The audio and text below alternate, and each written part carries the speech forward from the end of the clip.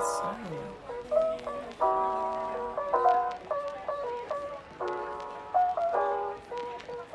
hello everyone, and welcome back to my channel. In this video, I will be discussing and showing you where I usually get my clothes, or where I usually shop for my clothes. I will also be explaining why I started going to these markets, what I thought about each market, and the different pieces I got from each of these stores and markets. Unfortunately, I would not be mentioning all of the vendors in this video because I do not have their business cards. I keep on forgetting to get it because I have so much stuff. I carry so much stuff that it just slips out of my mind. And also, this is not an exhaustive list of markets and vendors. There are plenty of other small neighborhood markets that are happening every single day. This includes community garage sales and smaller markets that are within the city of Toronto, as well as the other parts of the GTA. Now, I've been wanting to make this type of video for a little bit of a while, so there's a little bit of a script to this because it's a lot of information, at least for me. I don't know how helpful this information and this video would be as to you, but hopefully you'll get something out of it. I only share it on Instagram, and I thought it would be time to share it on YouTube. Let me get a slice of my apple pie. Depending on what your definition of affordable is, if you don't think these prices are affordable, then I don't think it is for you. And I'm just comparing like small business prices to big brand prices, and they're relatively the same thing. Now, before I dive into it, I just want to talk about my fashion sense and my fashion style. I am 24. I have spent the last years,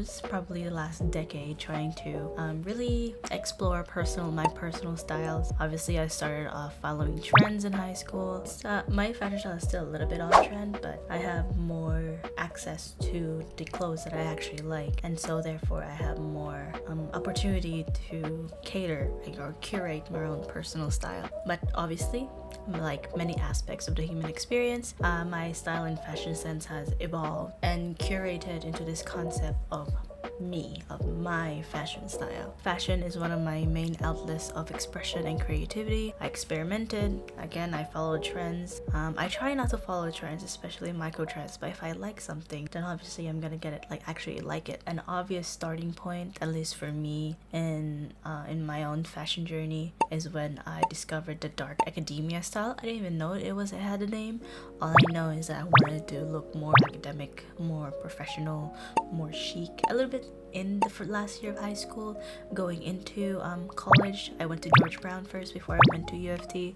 I started experimenting with dark academia styles, or at least some elements of dark academia. As much as I love the dark academia aesthetic, there are certain days I don't want to dress up in a blazer and slacks and in 50 different layers of sweater vests, ties, and blouses. Because I've started experimenting, I didn't really like the clothing in big brands and in big malls, so that's why I started going to different markets, thrift stores, and vintage stores. Another reason, or several other reasons, why I stopped doing my major shopping in big shopping malls and big brands is because number one, sustainability, number two, I like to support small business, and number three, slow fashion.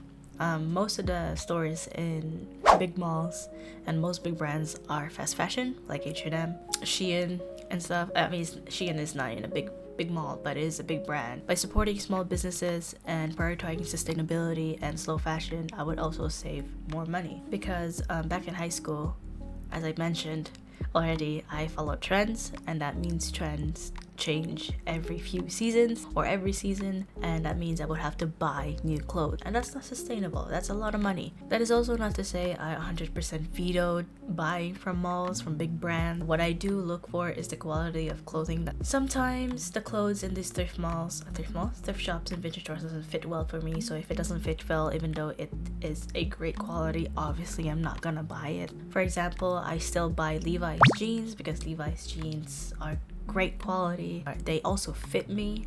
I still buy Doc Martens because I love Doc Martens. They last for a lifetime. Also, when it comes to shoes, I don't go to vintage or thrift stores because they never have my size or they feel a little bit uncomfortable. Intimate clothing like bras and panties, I'm not gonna buy it from the thrift store.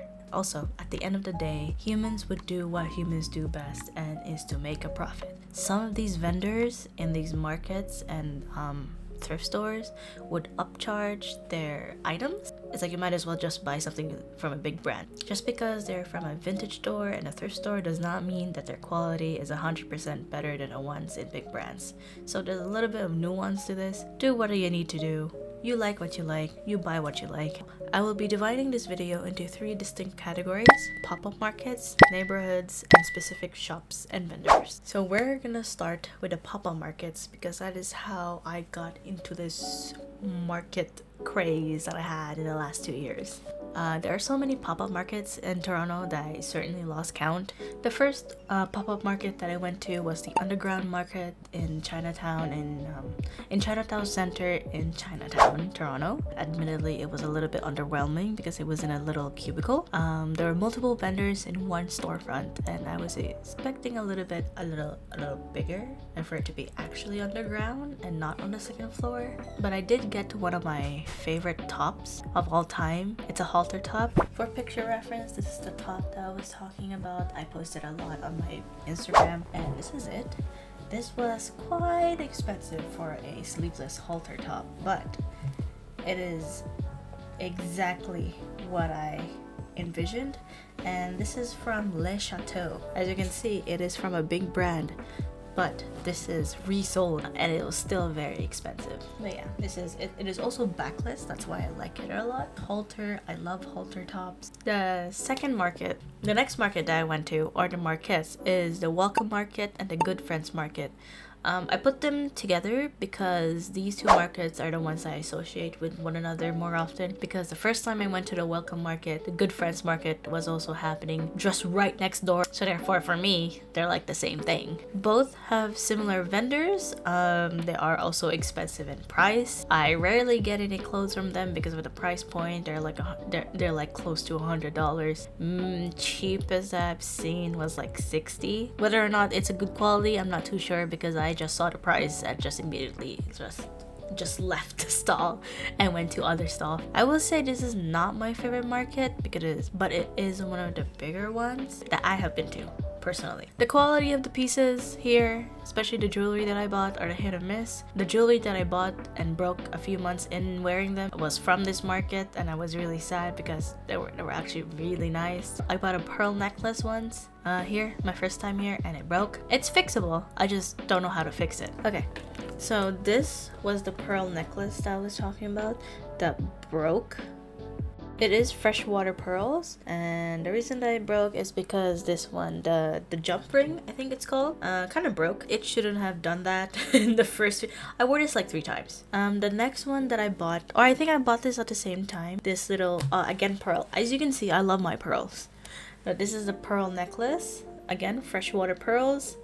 This is more muted tone and cool tone. This one is a more of a beachy vibe, so I rarely wear this because it is kind of small. I like it like sits here a little bit. I like my necklace to be a little bit down here, but that's fine. I wear this as a stack. The next one, I bought them at the same time because I thought they were a perfect pair. It's called the Sun and the Moon, also in the Welcome Market. This one is already tarnished because these are not like gold or anything, but they feel heavy, they feel good quality, or at least it will last me for a couple of years. And this is like the quote-unquote sun.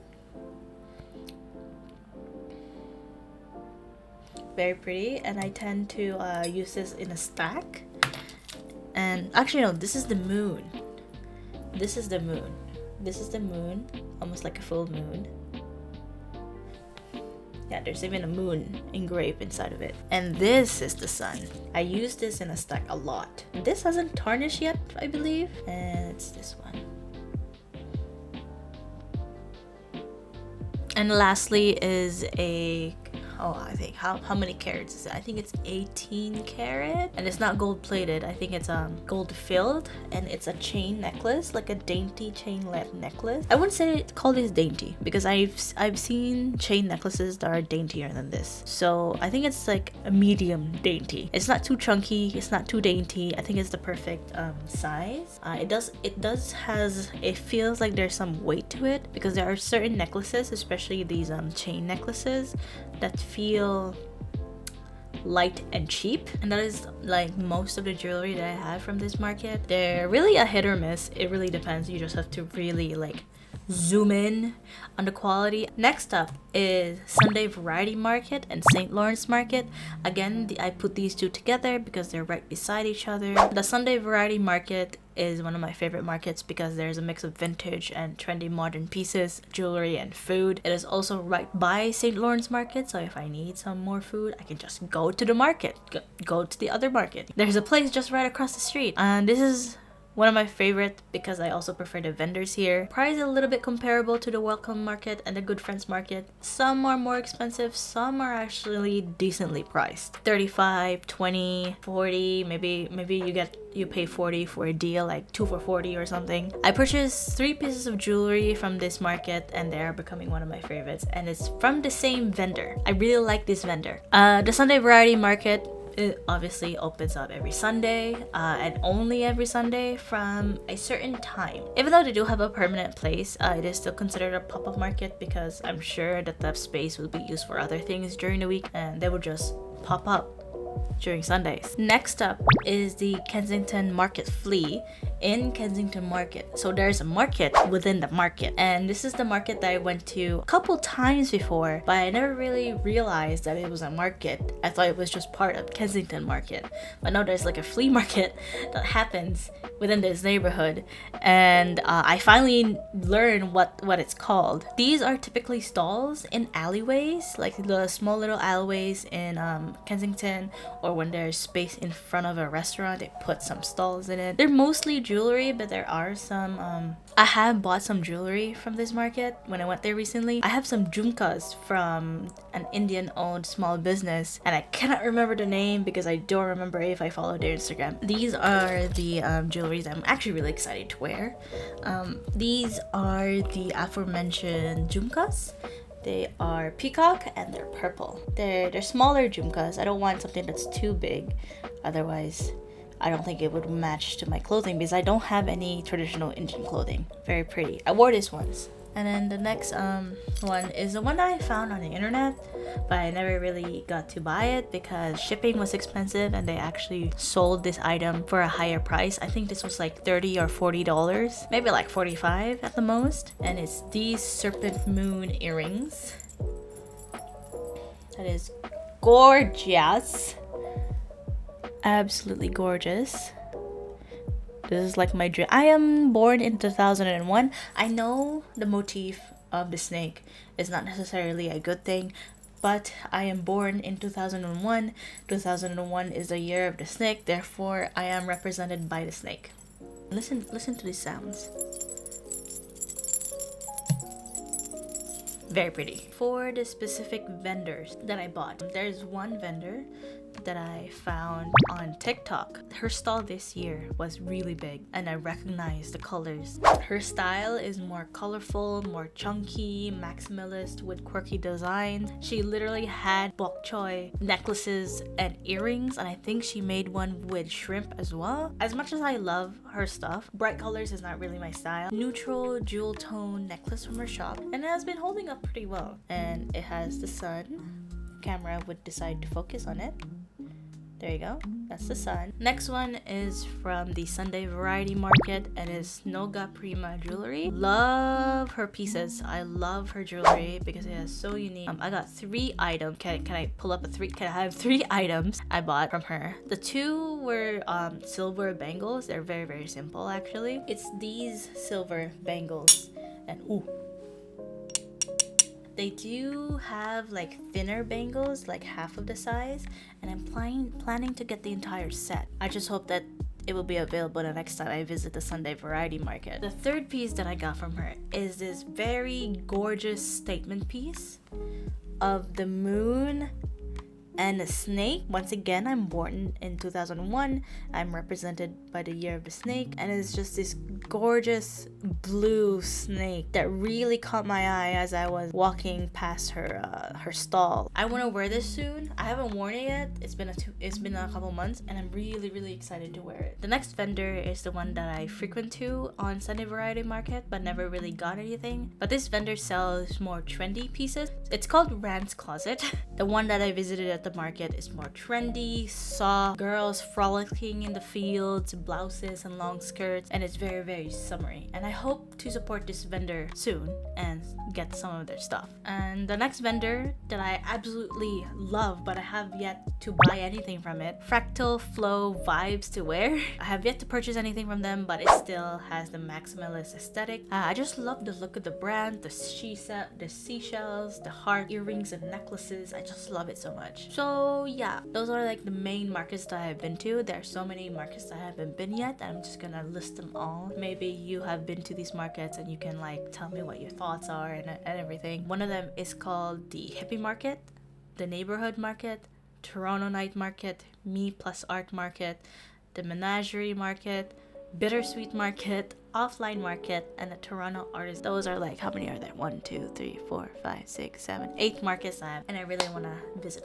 those markets. Next up, we're gonna talk about neighborhoods and streets. For this category, I just want to highlight the main general places that I would go to instead of just markets, because markets, they come every so often, like once a month. These are the places that I frequent to not just buy clothes, but also for the vibe, for the aesthetic, to buy food, to try out new restaurants, to try out new cafes. First off, I'm gonna mention Kensington Market, OG market, classic market that I go to. It was the very first market that I went and got like the $5 churros, like 3 for $5 with chocolate sauce and caramel sauce. That was good. I miss it so much. I just simply adore Kensington Market. There are a lot of hidden gems, cheap eats, vintage clothing, accessories for you, both at different price points. There are some that are cheap and there are some that are expensive. The next market is the St. Lawrence Market. I already mentioned that. This is the market that I frequent to when I went to George Brown for my pre-health science certificate in order to bridge to U of T. The price isn't the most affordable. Food here is good, or at least decently good. This is a market that mostly sells food anyways. But there are still a handful of stores that sell accessories and clothing. However, in addition to the St. Lawrence Market, there is an artisan market, not to be confused by the Toronto Artisan Market. This one takes place specifically in St. Lawrence Market, called the Arts at the Market, and these are small artisan businesses, so their price point will be a little bit higher, just a little bit, because they're handmade goods and they're trying to make a living. The third one is the Ossington Strip. This is a recent discovery for me because I typically just stay in downtown core. This is where I first attended the Welcome Market, the Good Friends Market, etc. This is a neighborhood that is more hip, more fashionista, very trendy, and you will find a lot of trendy outfits here. This is also where I bought my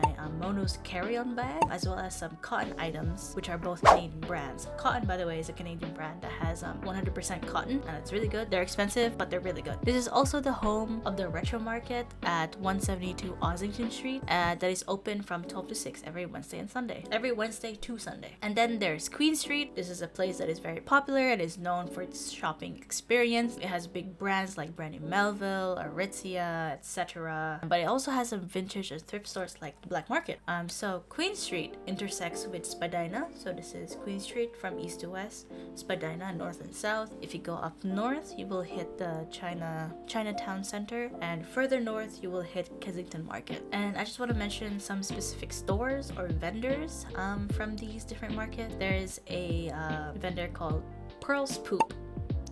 An odd name, but I love the name. And I love pearls, in case I haven't mentioned that. I found Pearl's Poop at the Retro Market in Ossington, my boyfriend, and it was just a random market that we found on the way to the Good Friends Market, and we decided to check it out. Most of these markets and vendors I found are usually through exploration and discovery. I do not look for them in the internet, so really, if you just go around, if you go outside and touch grass, you would probably find some grass out there. I find her pieces very unique, very maximalist, which is what I love, and then I think she uses freshwater pearl. So this is a piece. I don't know. There you go. This is the piece. It sits right over here. It's a little bit like a choker. I wore this when I went to Springdale Farms.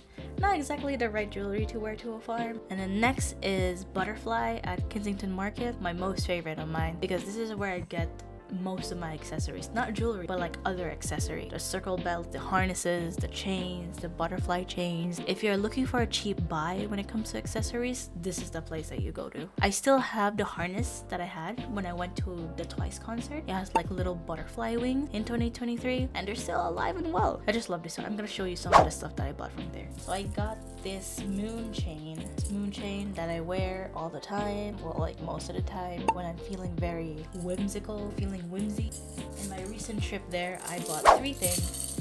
I bought this butterfly belt, very pretty. This one is a gold boho belts that is like very popular right now in the alternative scene. This one is a bigger circle, and the one in a smaller circle as well. I think these were like $23. So yeah, if you want to buy cheap accessories, go to this store. And then there is Love Callista, also in Kensington. It is like a mini market storefront of sorts where the main store sells many different small businesses, but the vendor, the owner of the small business, isn't there. There's like a main cashier that you go to and buy stuff. I think they would have to rent out a space and they would pay rent in order to sell here. It is full of handmade items and jewelry. I've been there once, did not buy anything because nothing really caught my eye, but this is a good store. Places I haven't been to yet. Cabbage Town. This is a neighborhood that apparently does annual garage sale. It's like the entire neighborhood does the garage sale. It is open to the public and they would sell, I think, just for a weekend. I'm not too sure how often this would happen, but I really want to go to this garage sale because apparently there's this lady that sells vintage bags. I really want to get my hands on a vintage bag at a cheap price. This neighborhood is more so on the east side of the city. It's a little bit inaccessible for me because it's farther from me. Also, I don't drive there, and even if I do, I'm not going to drive in downtown. Courage My Love in Kensington. Even though I've been to Kensington Market many times, I haven't been to this store, but I've heard a lot of good things about this thrift store, especially with its jewelry. Okay, now the last section. Specific shops in Toronto. There is Dep Guy Studio, a Vietnamese store, Chinatown Center in Spadina. This store sells clothing from Vietnam, and I really just adore this brand so much. I got 2 things from this store. Price point is a little bit expensive, but I find it is worth it because their quality is actually really good. They do drops every month or so. I found them through TikTok. I got this pair of bloomer. It's actually really cute. I wore this to Thanksgiving. I don't have a picture, or at least a good picture of it. It looks like you're wearing a skirt, and I really like it because skirt doesn't ride up. It's shorts. And the other one is a white blouse, similar to this, but more details. This is from Hollister. This is from Hollister, the one from the store. As I mentioned, it's a little bit similar to the one I'm wearing. It has a little bit more detailing over here and has this like little flappy thing. I don't know what this does, but yeah. There's another store in, I think, Chinatown called YX Vintage store that I have not gone yet, but their videos on their social media looks promising and they sell vintage y2k items. And then I just want to mention other markets. It's called Bazaar in Kensington. I lied, it is not actually in Kensington. It's slightly outside the periphery of Kensington. This is similar to Love Callista, in which there is one main cashier that would process all of your transactions from these different small businesses. It's like a department store, but for small businesses. I've been there once. I didn't buy anything because I didn't want anything from the store. But I saw a lot of items and vendors that I would love to purchase and support, but not at this time. Then there is the Stack Market. It is a market in Front Street in Bathurst that I've been wanting to go to for a really long time. Never really managed to go there because it's a little bit out of my way. They are a shipping container market with lots of different activities. This includes book club meetings, a sing-along, trivia night, live music, tarot reading, DJ parties, etc. This is more of a community space than like a market that sells stuff. And then there's the flower market. Obviously, it's a market that sells flowers. What else is there to say? Support local, guys. And yeah. This is gonna be a really long video, but I hope you guys will enjoy it. That's basically all the markets that I've been to. Enjoy your shopping. Don't spend too much. Again, this is not an exhaustive list of markets and stores. You just need to learn to explore the city that you're in and be open to different styles and visions in order to curate the personal style that you've always wanted. In the future, I do plan to make more fashion videos, but I'm a little shy in making fashion videos, but we'll see. I know I want to make jewelry collection video because I have a lot of jewelry. I want to show off my boots collection, my Doc Martens, and etc. I also want to do more shopping vlogs, and yeah, that's basically it. I never know how to close out the video, but I hope you guys enjoy this. I hope this is informative, and I'll see you in the next one. Bye.